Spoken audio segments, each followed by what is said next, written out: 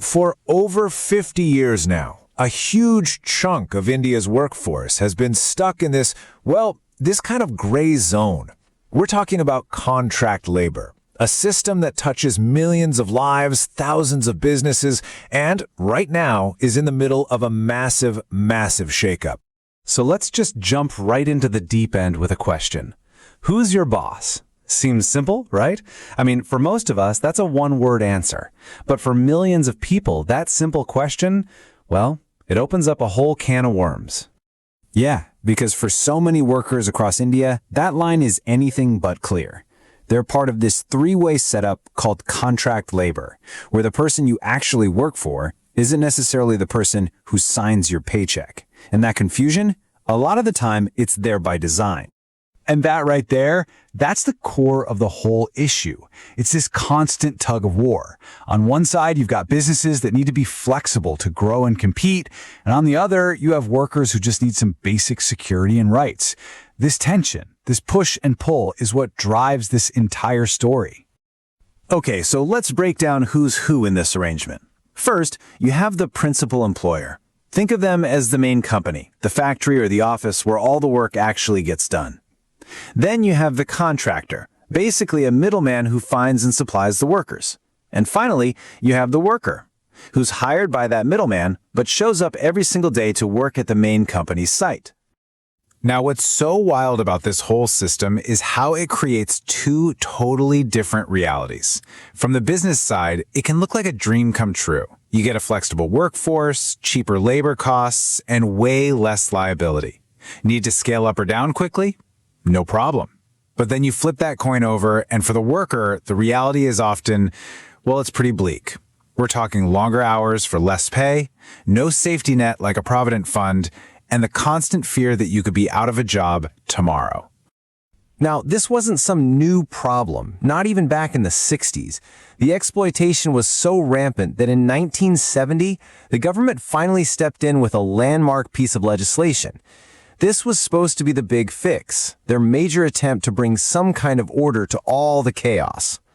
So the law basically tried to do two things at once. The first, and the most ambitious, was to just abolish contract labor altogether in certain jobs, to get rid of it, period. But where that wasn't practical, the second goal was to regulate it.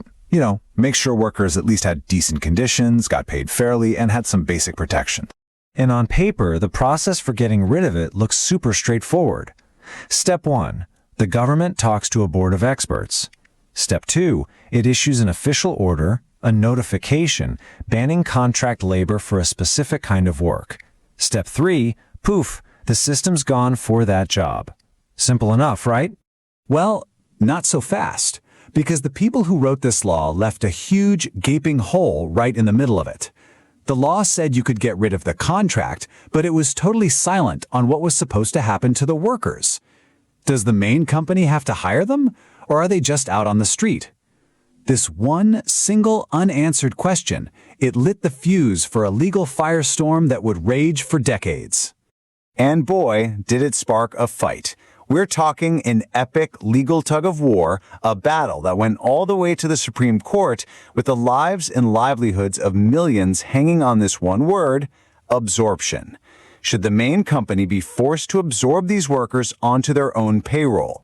And this timeline just shows you how wild that ride was. In 1997, in a huge case involving Air India, the Supreme Court handed workers a massive victory. They said, yes, automatic absorption is the rule. It really felt like the matter was settled. But then, just 4 years later, in another major case, a bigger panel of judges took another look, and they completely flipped the script. They threw out the Air India decision. The new law of the land became absolutely no automatic absorption. To really get that first decision, you have to look at the philosophy behind it. The court wasn't just talking about a job. They were talking about something much bigger. As this quote shows, they connected a person's right to employment directly to their fundamental right to life. It was a really powerful humanitarian way of looking at the problem. So what on earth changed in 2001? Well, the court took a much stricter, more literal view of the law. Their argument, which you can see in this quote, was basically, look, our job is to interpret the law as it's written, not to rewrite it. Since the 1970 Act never actually said the word absorption, they argued they couldn't just add it in. They felt it would be like inventing a right that Parliament never intended. So after that final ruling, the rules of the game were set. For businesses, it created a clear playbook for how to stay compliant. And this checklist basically became their Bible. Make sure your contractor has a license. Check that minimum wages are paid. And this one's a biggie. Do not directly supervise or control the contract workers. That's the contractor's job. If a company does, the courts might call the whole thing a sham and say you're the real employer after all. But that whole 50-year-old system, built on court cases and legal patches, is now pretty much being torn down and rebuilt from scratch. In the last few years, India has launched its most ambitious labor reform ever, trying to replace that tangled mess of old laws with a clean, modern, streamlined framework. And if you want to understand just how big of a deal this is, you only need to know one number: 29.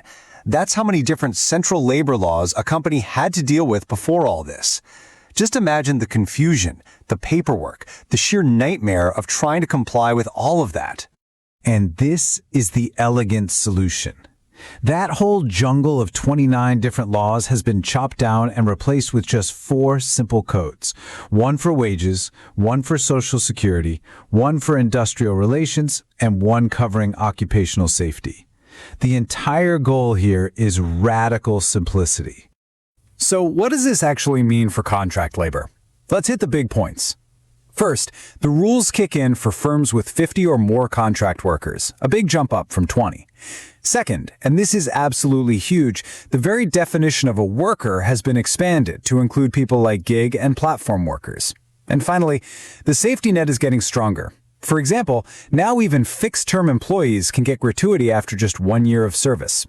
Every one of these changes is a game changer.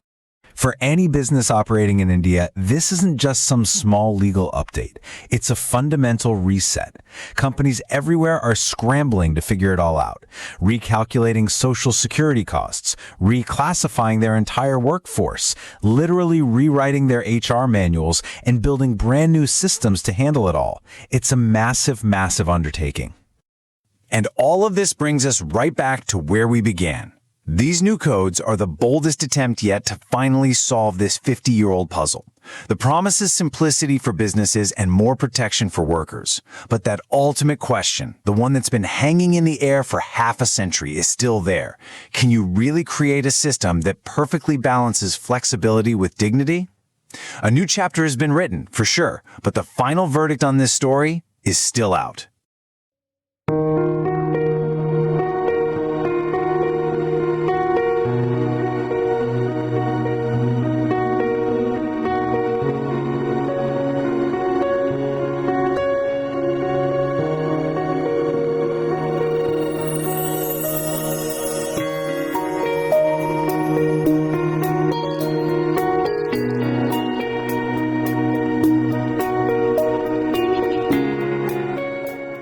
नमस्कार। आज हम भारत के श्रम कानूनों में हुए एक बहुत बड़े बदलाव की बात करेंगे। एक ऐसा रीसेट जिसका असर हर कर्मचारी और हर कंपनी पर पड़ना तय है। जरा सोचिए, क्या हो अगर वो कॉन्ट्रैक्ट ही खत्म हो जाए जिसके आधार पर किसी को नौकरी मिली थी। सुनने में तो एक सीधा सा सवाल लगता है ना? लेकिन यही सवाल पिछले 50 सालों से भारतीय श्रम कानून की सबसे बड़ी पहेली बना हुआ है और इसने लाखों लोगों की जिंदगी पर असर डाला है।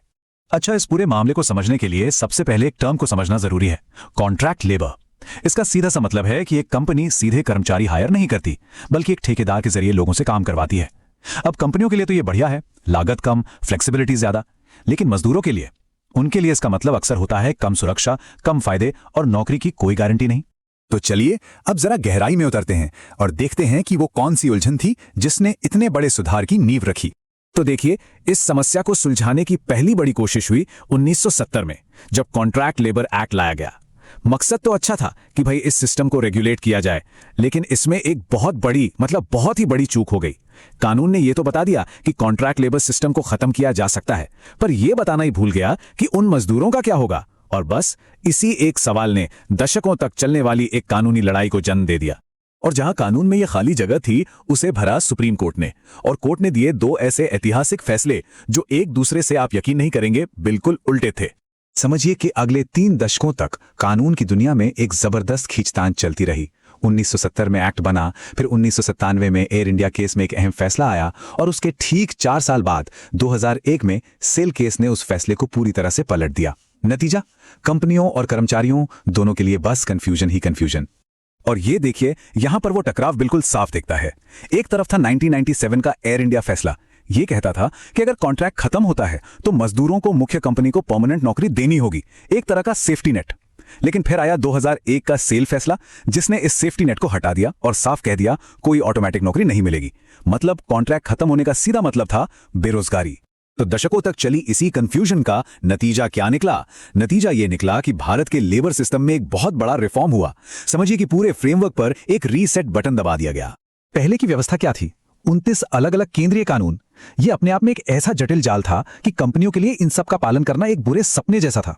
और फिर साल 2025 में इन 29 कानूनों को समेटकर बना दिए गए सिर्फ 4 सीधे साधे कोड्स।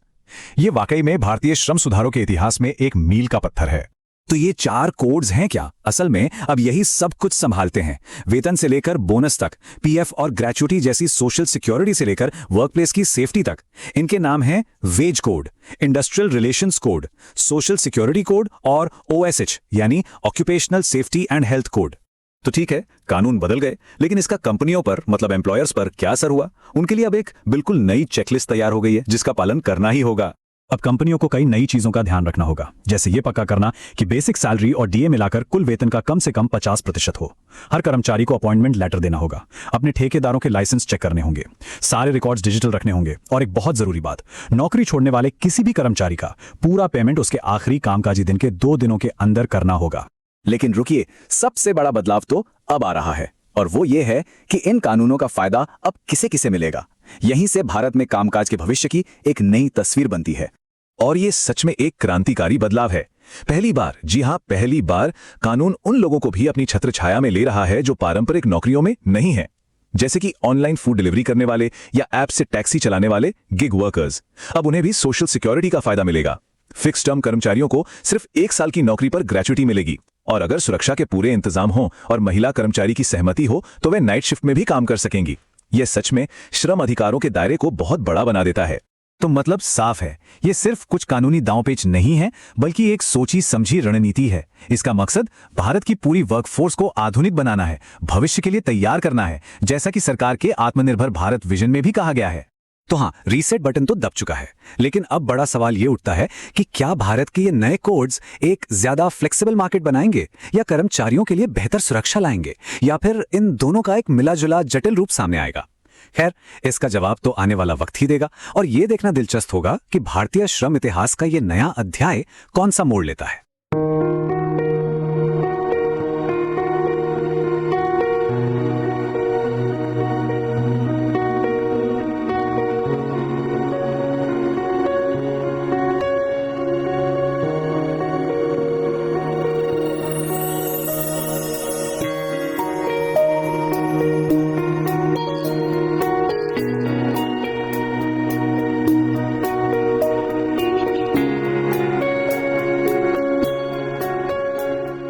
नमस्कार और इस नए डीप डाइव में स्वागत करें। आज हम जिस विषय पर बात कर रहे हैं ना, वो मुद्दा सीधे तौर पर आर्थिक सुरक्षा और रोजमर्रा के कामकाज से जुड़ा है। हम बात कर रहे हैं भारत के बदलते श्रम कानून यानी लेबर लॉज की। ये सच में एक ऐसा विषय है जहां कानूनी किताबों के नियम और कॉर्पोरेट बोर्डरूम्स की नीतियां आपस में टकराती हैं। सही कहा। और आज के इस गहरे विश्लेषण के लिए हमारे पास जो सोर्सेज हैं वो अलग अलग नजरियों का एक बहुत ही शानदार मिश्रण है। देखिए, एक तरफ हमारे पास कॉन्ट्रैक्ट लेबर एक्ट 1970 पर लीगल एसेज हैं, क्रिटिकल लीगल थ्योरी है और सेंट्रल रूल्स के दस्तावेज हैं। और दूसरी तरफ DLA पाइपर, MP एक्सट्रैक्ट और PwC जैसी बड़ी संस्थाओं के कंप्लायंस गाइड्स भी शामिल हैं। बिल्कुल। तो आज का हमारा जो मिशन है वो ये समझना है कि कॉन्ट्रैक्ट लेबर का इतिहास आखिर क्या रहा है, अदालत के किस फैसले ने सब बदल दिया, और सबसे जरूरी बात 21 नवंबर 2025 से लागू हुए नए 4 लेबर कोड्स कैसे पूरे वर्क कल्चर को बदल रहे हैं। वही तो, आमतौर पर ना लोगों को लगता है कि श्रम कानून बहुत बोरिंग होते हैं, पर ऐसा नहीं है। हाँ, मुझे भी पहले ऐसे ही लगता था, पर सुनने वालों के लिए ये जानना बहुत जरूरी है कि ये लॉज तय करते हैं कि हमारी टेक होम सैलरी क्या होगी, छुट्टियां कितनी मिलेंगी, सब कुछ इन्हीं पर निर्भर करता है। एग्जैक्टली। जब हम इन अलग अलग सोर्सेज को एक साथ रखते हैं ना, तो एक पूरी आर्थिक यात्रा समझ में आती है। एक आम वर्कर से लेकर मल्टीनेशनल कंपनी तक सब पर इसका असर पड़ता है। ठीक है, आइए इसको थोड़ा विस्तार से समझते हैं। देखिए, कॉन्ट्रैक्ट लेबर का कॉन्सेप्ट कोई नया तो नहीं है। आज के समय में फ्लेक्सिबिलिटी और कम खर्च के कारण ये बहुत आम हो गया है, लेकिन इसकी शुरुआत को रेगुलेट करने का पहला बड़ा प्रयास 1970 का कानून था। यहाँ जो सबसे हैरान अंगेज बात है वो ये है कि 1970 के CLRA एक्ट का असल मकसद कॉन्ट्रैक्ट लेबर को बढ़ावा देना नहीं था, बल्कि जहां तक हो सके इस सिस्टम को पूरी तरह से खत्म या अबॉलिश करना था। अच्छा, यानी उनका मकसद शोषण को रोकना था? हाँ बिल्कुल। कानून बनाने वालों का लक्ष्य था कि जिन कारखानों में ऐसे काम हैं जो लगातार चलते हैं, वहां कॉन्ट्रैक्ट लेबर हटाकर डायरेक्ट एम्प्लॉयमेंट दी जाए, और जहां कॉन्ट्रैक्ट बहुत जरूरी हो, बस वहां उनकी वर्किंग कंडीशन सुधारी जाए। और इन कंडीशंस को सुधारने के लिए काफी बारीक नियम बनाए गए थे। जैसे दस्तावेजों में एक फॉर्म 24 का जिक्र आता है। फॉर्म 24। हाँ, जिसके तहत कॉन्ट्रैक्टर्स को अपनी हाफ ईयरली रिटर्न्स यानी हर 6 महीने का पूरा हिसाब जमा करना पड़ता था। और इन सोर्सेज में सुविधाओं की डिटेल्स बड़ी दिलचस्प हैं, जैसे 100 से ज्यादा वर्कर्स होने पर कैंटीन का होना अनिवार्य था। सही बात है। और अगर 20 से ज्यादा महिला वर्कर्स हैं तो उनके बच्चों के लिए क्रेचेस यानी खेलने या सोने के कमरे जरूरी थे। रात में रुकने वालों के लिए रेस्ट रूम्स और फर्स्ट एड का भी जिक्र था। इन सब में एक और छोटी सी डिटेल है जो मेरा ध्यान खींच रही थी, सिक्योरिटी डिपॉजिट। कॉन्ट्रैक्टर्स को हर एक वर्कर के पीछे 90 रुपए जमा करने होते थे। ओ हाँ, और अगर कोऑपरेटिव सोसाइटी है तो सिर्फ 15 रुपए। बिल्कुल। आज के हिसाब से सोचें तो 90 रुपए कुछ भी नहीं लगते, पर 1970 में ये काफी बड़ा फाइनेंशियल चेक था, ताकि सिर्फ जिम्मेदार लोग ही कॉन्ट्रैक्टर बन सके। इरादा तो बहुत स्पष्ट और सही था, पर यहाँ पर बात सच में बहुत दिलचस्प हो जाती है। कानून बन गया, नियंत्रण लग गया, लेकिन जब एबोल्यूशन की बात आती है, यानी सरकार ने कहा कि आज से यहाँ कॉन्ट्रैक्ट लेबर खत्म, तो उन मजदूरों का क्या होता था? वही सबसे बड़ा सवाल था उस वक्त। क्या उन्हें पक्की नौकरी मिलती थी या वो सीधे सड़क पर आ जाते थे? ये कानूनी इतिहास का एक बहुत ही नाजुक दौर था। शुरू में जुडिशरी का रुख नरम था, जैसे 1997 का जो एयर इंडिया केस है वो इसका सबसे बड़ा उदाहरण है। अच्छा, air India versus United labour union वाला केस। हाँ, इसमें सुप्रीम कोर्ट ने कहा था कि संविधान के तहत काम करना एक फंडामेंटल राइट है, इसलिए अगर अदालत कॉन्ट्रैक्ट लेबर अबॉलिश करती है तो उन वर्कर्स को मुख्य कंपनी द्वारा ऑटोमेटिकली अब्सॉर्ब करना पड़ेगा, यानी डायरेक्ट पक्की नौकरी। ये तो वर्कर्स के लिए बहुत अच्छी बात थी। देखने में ऐसा ही लगता था, पर लीगल एसेज बताते हैं कि बस 4 साल बाद इस पूरी सोच को एक फैसले ने पलट कर रख दिया। और वो था 2001 का SAIL case, right? Steel authority of India limited. बिल्कुल सही। 5 जज बेंच ने एयर इंडिया के फैसले को ओवररूल कर दिया। उन्होंने लिटरल स्टैट्यूटरी इंटरप्रिटेशन का इस्तेमाल किया, यानी कानून के शब्दों को बिल्कुल वैसे ही पढ़ना जैसे वो लिखे गए हैं, बिना किसी भावना के। एग्जैक्टली। अदालत ने कहा कि 1970 के एक्ट में कहीं भी ऑटोमेटिक एब्जॉर्प्शन का जिक्र नहीं है। अदालत अपनी तरफ से जबरदस्ती नए परमानेंट एम्प्लॉयज नहीं थोप सकती। इसका नतीजा तो बहुत भयानक हुआ होगा। एक ऐसा विरोधाभास बन गया, मतलब अबॉलिशन के बाद कॉन्ट्रैक्ट वर्कर्स सीधे बेरोजगार होने लगे, उनकी चलती भी नौकरी छिन गई। और इसी डर से वर्कर्स ने अबॉलिशन की मांग ही बंद कर दी। वही तो। और एम्प्लॉयर्स के लिए फायदे का सौदा बन गया। उन्होंने और ज्यादा कॉन्ट्रैक्ट वर्कर्स रखने शुरू कर दिए, क्योंकि पक्का करने का डर खत्म हो गया था। जिस कानून को मजदूरों को बचाना था वो उन्हीं के खिलाफ चला गया। सही कहा। और इसमें एक उमा देवी केस का भी जिक्र आता है, जहां अदालत ने साफ कह दिया कि एड हॉक या टेम्पररी वर्कर्स को रेगुलर करना स्टैट्यूटरी सर्विस रूल्स का उल्लंघन है और राज्य को इस इल्लीगैलिटी को बढ़ावा नहीं देना चाहिए। यहाँ पर क्रिटिकल लीगल थियरी की बातें बड़ी सटीक बैठती हैं। ये थियरी यही जोर देती है कि ऐसे सख्त कानूनी फैसले एक वर्कर की सालों की मेहनत को बिल्कुल इनविजिबल कर देते हैं। हाँ, इंसान अदृश्य हो जाता है और सिर्फ रूल्स रह जाते हैं। तो आखिर इस सब का मतलब क्या है? एक तरफ 1970 का कानून जो आउटडेटेड हो गया, दूसरी तरफ कोर्ट के फैसलों का टकराव।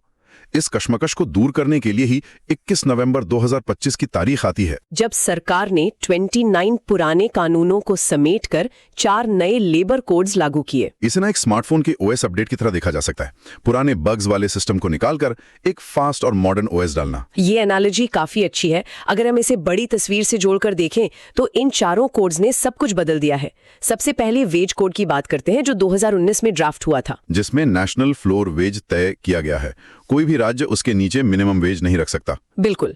और इसमें सबसे बड़ा बदलाव है वेजेस की नई डेफिनेशन। अब बेसिक सैलरी और डियरनेस अलाउंस यानी डीए मिलाकर टोटल वेजेस का कम से कम 50% होना जरूरी है। ये 50% वाला नियम तो सच में बड़ा गेम चेंजर है। इसका टेक होम सैलरी पर काफी असर पड़ेगा।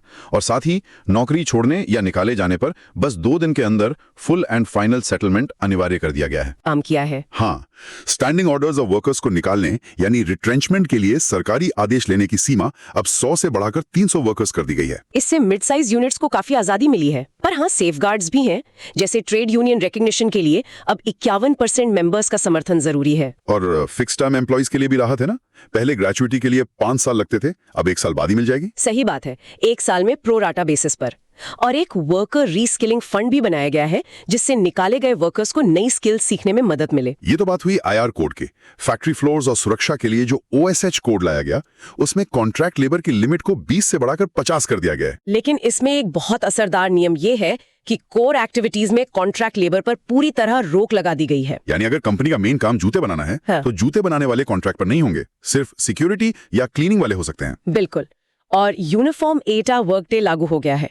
ओवरटाइम पर दुगनी यानी 2x सैलरी का नियम है। और महिलाओं के लिए नाइट शिफ्ट्स अलाउड कर दी गई है ना, उनकी सहमति और सुरक्षा के साथ। ये जेंडर इक्वालिटी के लिए जरूरी कदम है। हाँ, और पेड लीव के नियम भी आसान हुए हैं। पहले 420 दिन काम करना पड़ता था, अब 180 दिन काम करने पर ही पेड लीव मिल जाएगी। अब आते हैं सोशल सिक्योरिटी यानी एसएस कोड पर, जिसने आखिरकार भारत की गिग इकोनॉमी को रिकॉग्नाइज किया है। ये मेरा सबसे पसंदीदा हिस्सा है। गिग वर्कर्स, प्लेटफॉर्म वर्कर्स जैसे डिलीवरी ड्राइवर्स या कैब वालों को कानूनी पहचान मिली है। उन्हें पहले इंडिपेंडेंट बोलकर हर बेनिफिट से बाहर रखते थे। अब प्लेटफॉर्म्स को अपने टोटल टर्नओवर का 1 से 2% हिस्सा एक वेलफेयर फंड में डालना होगा, जिससे इन वर्कर्स को लाइफ और हेल्थ इंश्योरेंस और पीएफ मिल सके। और एम्प्लॉयर्स को एक राहत ये मिली है कि पीएफ या ईएसआई के पिछले मामलों की जांच पर 5 साल का लिमिटेशन पीरियड लगा दिया गया है। उन्हें अब हमेशा डर के नहीं रहना पड़ेगा। ठीक है, कोर्स तो काफी बैलेंस लग रहे हैं, लेकिन एक प्रैक्टिकल सवाल ये उठता है कि छोटे और बड़े बिजनेसेस इस नए तूफान का सामना आखिर कर कैसे रहे हैं। एचआर डिपार्टमेंट्स में आजकल क्या चल रहा है? देखिए, कॉर्पोरेट गाइड्स जैसे पीडब्ल्यूसी या एम्प्स्ट्रैक की रिपोर्ट साफ बताती हैं कि कंप्लायंस का एक नया दौर शुरू हो गया है।